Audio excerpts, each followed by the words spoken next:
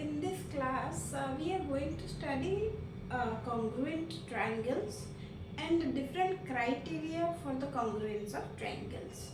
So before we start, let me give some examples from our day-to-day life where you will have a clear idea about the congruent figures. Different congruent figures are there. Suppose you are given a few notes of 100 rupees, a few notes of 50 rupees, 10 rupees, 5 rupee coins, 2 rupee coins.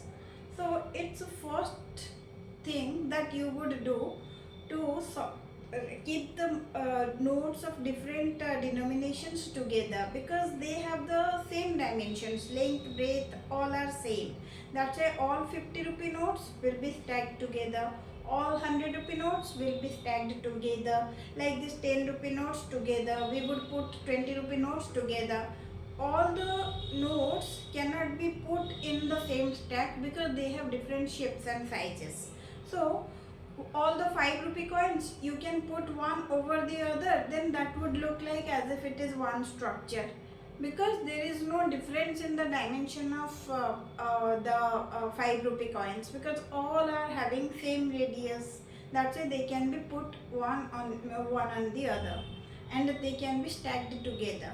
2 rupee coins and 5 rupee coins, if you want to keep together, they wouldn't look that much uniform. If they are kept together, then also uniformity wouldn't be there. So you must keep all the similar, means in this case you have to put all the identical notes and coins together. This is one way of understanding congruent figures. But in triangles, what do you mean by congruent triangles? When it comes to congruent triangles, you must understand their corresponding parts are equal. What are corresponding parts? Their corresponding angles and corresponding sides must be equal. So let's discuss different corresponding criteria of triangles, means different criteria for the correspondence of triangles. So we understood congruent triangles, those which have their corresponding parts are equal. If you keep one triangle, if you overlap one triangle on the other, for example, this is one triangle, this is suppose A, B, C. Another triangle is P, Q, R. This AB is 5 centimeter, this BC is 4 centimeter, and this AC is suppose 6 centimeter, and in this triangle suppose PQ is 5 centimeter, QR is 4 centimeter, and PR is 6 centimeter, just like triangle ABC. Then holding this, if you are cutting the paper and taking this and keeping it just above ABC, they wouldn't look different. It would feel as if both of the triangles merge together in such a manner that no extra part is going outside. It looks like one figure, one triangle only. So if you take the paper cuttings of triangle ABC and triangle PQR, they wouldn't look different, rather they would merge completely with each other. In that case, we would say that their corresponding parts are equal, means this angle would be equal to this angle, these angles would be equal to these 3 angles respectively, and their sides would merge with each other because they have the equal measurement. So they are congruent triangles. And for understanding the different criteria which can be followed to say that the triangles are congruent, we will discuss about them. Different criteria for the congruence of triangles, because we wouldn't go to check when the triangles are congruent or not. We have to see the information, and on that basis we would decide that yes, they are congruent or not. So there are different criteria, and we will study about those criteria. For they are side criteria, side, angle, angle, side, and then RHS. So first one is side. The first criterion is side criterion. What is this side criterion for the congruence of triangles? First we would study that suppose there is a triangle A, B, C, and another triangle is X, Y, Z. A, B, C, X, Y, Z. These are two triangles. And we have, suppose AB is 10 centimeter, BC is 12 centimeter, and this is 13 centimeter. AC is 13 centimeter. So these are the sides, and we would take, suppose YZ is 10 centimeter and ZX is 12 centimeter and XY is 13 centimeter for suppose. So we would name from vertex A which is giving you the 10 centimeter side. After that 12 centimeter BC. AB, BC, CA. AB 10, BC 12 centimeter and the CA is 13 centimeter. So we would start from that side which is having 10 centimeter measurement, that is YZ. So we would say that a triangle ABC is congruent to, this is the sign for congruence, equal to sign, and above that there is this kind of sign. This is used for showing the congruence of triangles. So triangle ABC is congruent to, if you write triangle XYZ, that would be wrong, because AB corresponds to which side? This is YZ. YZ has the measurement 10 centimeter. AB has measurement 10 centimeter. So we can't start from looking at the figure. We can't just say XYZ triangle. No. The way in which the sides are present in the name of this triangle, in that way, by showing the correspondence of the sides and other parts, we have to write down the triangles names. So ABC, AB is 10 centimeter, so we would write down the side which is 10 centimeter.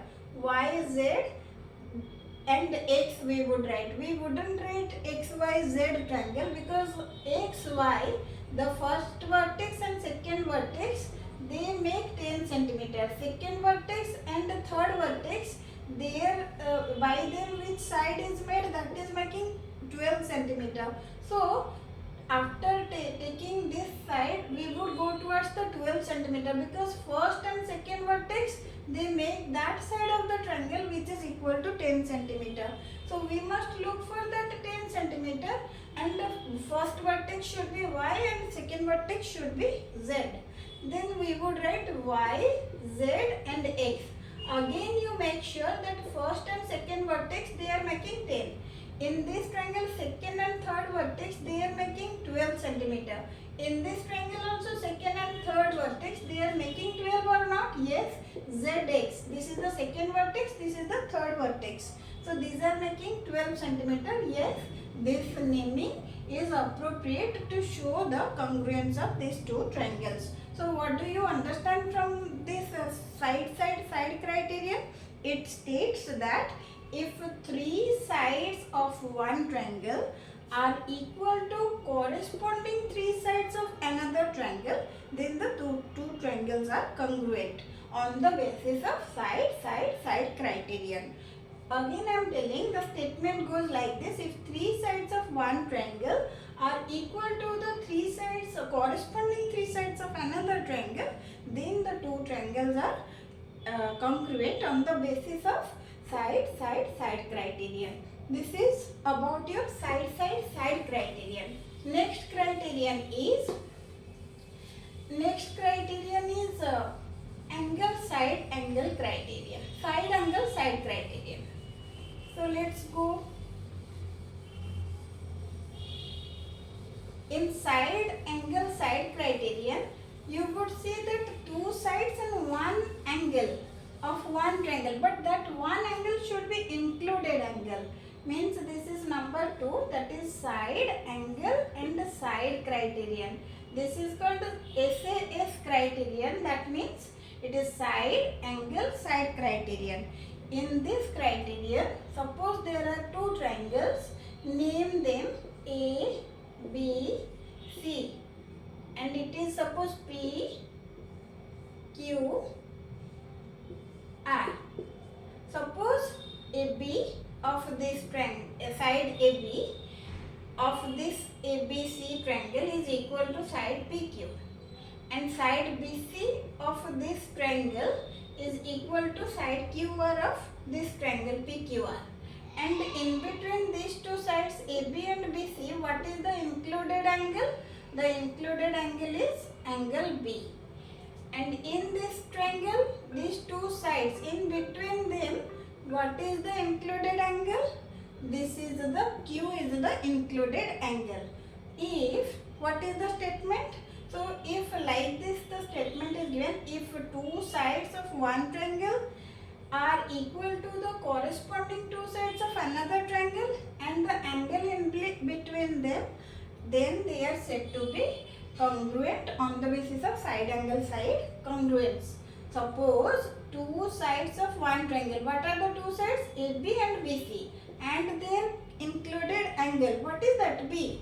If two sides of one triangle and their included angle are equal to the two corresponding two sides of another triangle and their included angle respectively, then the two triangles are said to be congruent on the basis of what? Side angle side criterion. Look at this side, then side, in between them angle is there. So this is one side, this is one side, in between them one angle is there. So this is the angle included in between two sides of a triangle. So these are two sides of one triangle. This is the angle included in between those two sides. They are equal to two corresponding two sides of another triangle and their included angle. So these two triangles would be congruent on the basis of side angle side criterion. How would you write? Triangle ABC is congruent to triangle PQR. This way the side angle side criterion satisfies. Next criterion is angle side angle. What is angle side angle? When two angles of one triangle and their included side are equal to two corresponding two angles of another triangle and their included side, then they are said to be congruent. What is the criterion? Let's write that. It is angle side angle criterion. Draw the figures. This is one triangle, that is suppose X, Y, Z. Here we have another triangle, that is P, Q, R. Here it's saying angle side angle, means two angles and their included side are equal to two angles and their included side of another triangle.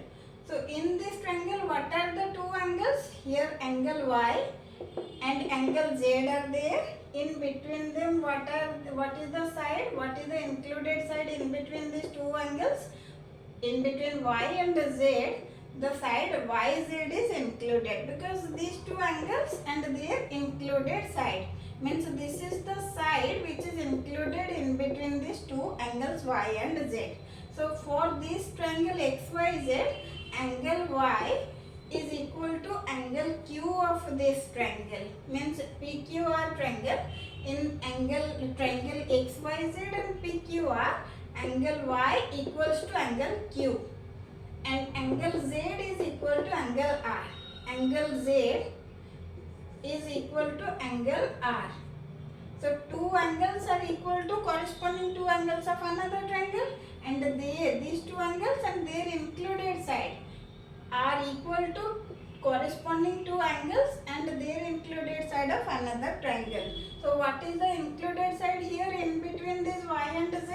That is YZ. So YZ is equal to QR. What is this? This is the included side in between angle Q and angle R. Angle Y equals to angle Q, angle Z and equals to angle R. In between Y and Z, the side included is YZ and that is equal to the side included between these two angles which are Q and R. In between Q and R, the side included is QR. So when two angles of one triangle and their included side are equal to two angles of another triangle and their included side, then the two triangles are said to be congruent. XYZ is congruent to triangle PQR. Triangle XYZ and triangle PQR, they are congruent on the basis of angle, side, angle. Two angles of one triangle and their included side are equal to the two angles, corresponding two angles and their included side of another triangle. Then the triangles are congruent on the basis of angle, side, angle.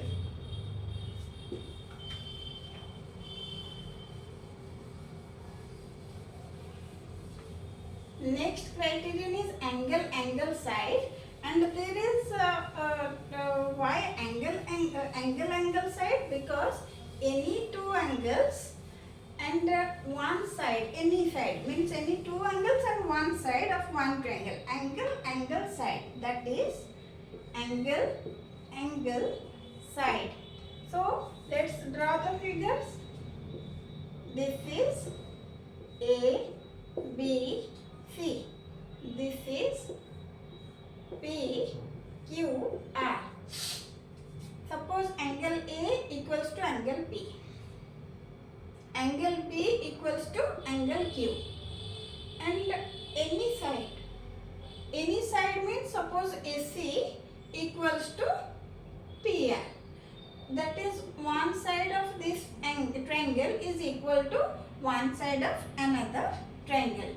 There is no need that this side will be included in between these two triangles, nothing like that. Only one thing you notice, if one angle is equal to another angle and the second angle is equal to another angle, then obviously this third angle will be equal to, you calculate, you can find out, because we know according to the angle sum property of triangles, the sum of three angles of a triangle is equal to 180 degree. If this angle equals to this angle equals to this, obviously what is remaining in this triangle, that would also be equal to this angle. It is not necessary to calculate, because angle sum property of a triangle says that sum of three angles of a triangle is equal to 180 degree. So in this angle, the sum of in this triangle, the sum of these two angles is equal to how much? In this triangle also the sum of these two angles is equal to that much. And when we subtract that sum from 180, we would get this much. And this angle's measurement. Then similarly, that would also be equal to this angle, because the sum of these two angles is also equal to the sum of these two angles. When their sum is subtracted from 180 degree, we get this angle. Then these two angles sum would be subtracted from 180. That would also give you the same measurement as this angle gives. So you would get these two angles are also equal. So the two figures become identical, they become they become congruent automatically, and that's why there is the criterion given angle, angle, side. So angle, angle, side criterion. When you find like this angle also becomes this one, and when this side is equal to this side, you will cut this triangle, merge it on, put it on this triangle, you would not find any difference. So in this way also you are getting the two triangles congruent. This is angle, angle, side, and angle, side angle and angle, angle, side. In between them, what is the difference? Then here two angles are there, here also two angles. Here one side, here one side. Then what is the basic difference between them? This is randomly any two angles and any one side, but here two angles and the side included in between them. This is the basic difference between them. Come to the fifth criterion, that is RHS criterion. RHS criterion means right angle, hypotenuse and side criterion. That means right angle, hypotenuse and any side of the right angle triangle. So let's do that.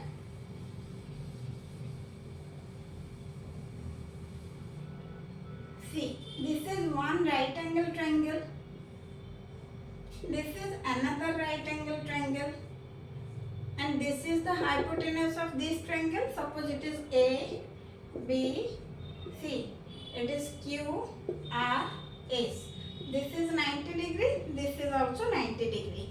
So these two angles are having 90 degrees because they are right angle triangle. So this is their 90 degree. Angle B is 90 degree. Here angle R is 90 degree. Now come to any side, either this side or this side, any side. Suppose this side of this right angle triangle ABC is equal to this QR of this triangle QRS.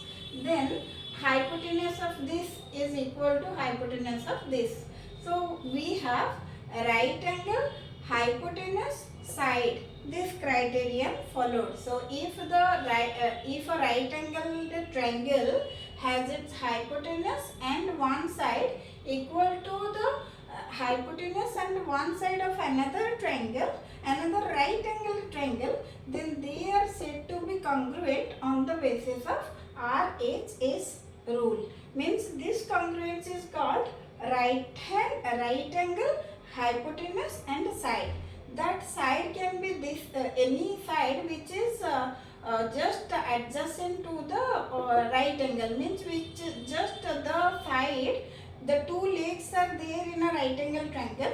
So any of them which make the right angle, any of those sides can be taken. If in any right angle triangle, any side adjacent to the right angle and the hypotenuse, means right angle, hypotenuse and one side are equal to the hypotenuse and one side of another right angle triangle, then the two triangles are congruent on the basis of right angle, the hypotenuse and the side criterion. This is in short called RHS rule or RHS congruence criterion. And once the two triangles are congruent, one more thing, after discussing all the criteria, we must remember one thing, that when two triangles are congruent, then there is no problem in finding out the corresponding parts equal, because the corresponding parts of two congruent triangles are equal. This is in short called CPCT. By the help of an example, we can understand this CPCT. Suppose you proved by using any of the criteria, you proved that triangle ABC, suppose by side criterion, you proved that this triangle is congruent to this triangle. Suppose ABC is congruent to PQR, you proved by using side. From the figure it is clear that AB equals to PQ and BC equals to QR and this CA is equal to QP. From the figure it is clear. So you proved that these two triangles are congruent. ABC is congruent to what? That triangle PQR. So once you proved that by the using the criterion, you would be able to, suppose it has asked you to find out that show that angle C is equal to angle R. So how will you show? After proving the criteria, means congruence, you would say that angle C is equal to angle R. For what reason? Once you proved the congruence, you can, on the basis of congruence, you can see angle A, from the names you see A corresponds to P, B corresponds to Q and C corresponds to R. That's why whenever angle C is to be equated, means it has to be found out that angle C is equal to angle R. As this angle vertex C corresponds to vertex R, we can prove that angle C is equal to angle R. On what basis? That is called CPCT. What is the meaning of CPCT? CPCT means corresponding parts of congruent triangles are equal. That is what you should remember. CPCT means corresponding parts of congruent triangles. So they are equal. So whenever any congruence you are proving by using any of these criteria, if you are asked anything, any other part to be found out or to be shown that this part of this triangle is equal to this part of this triangle, then without any delay, on the basis of the congruence, you can say by CPCT these two parts are equal.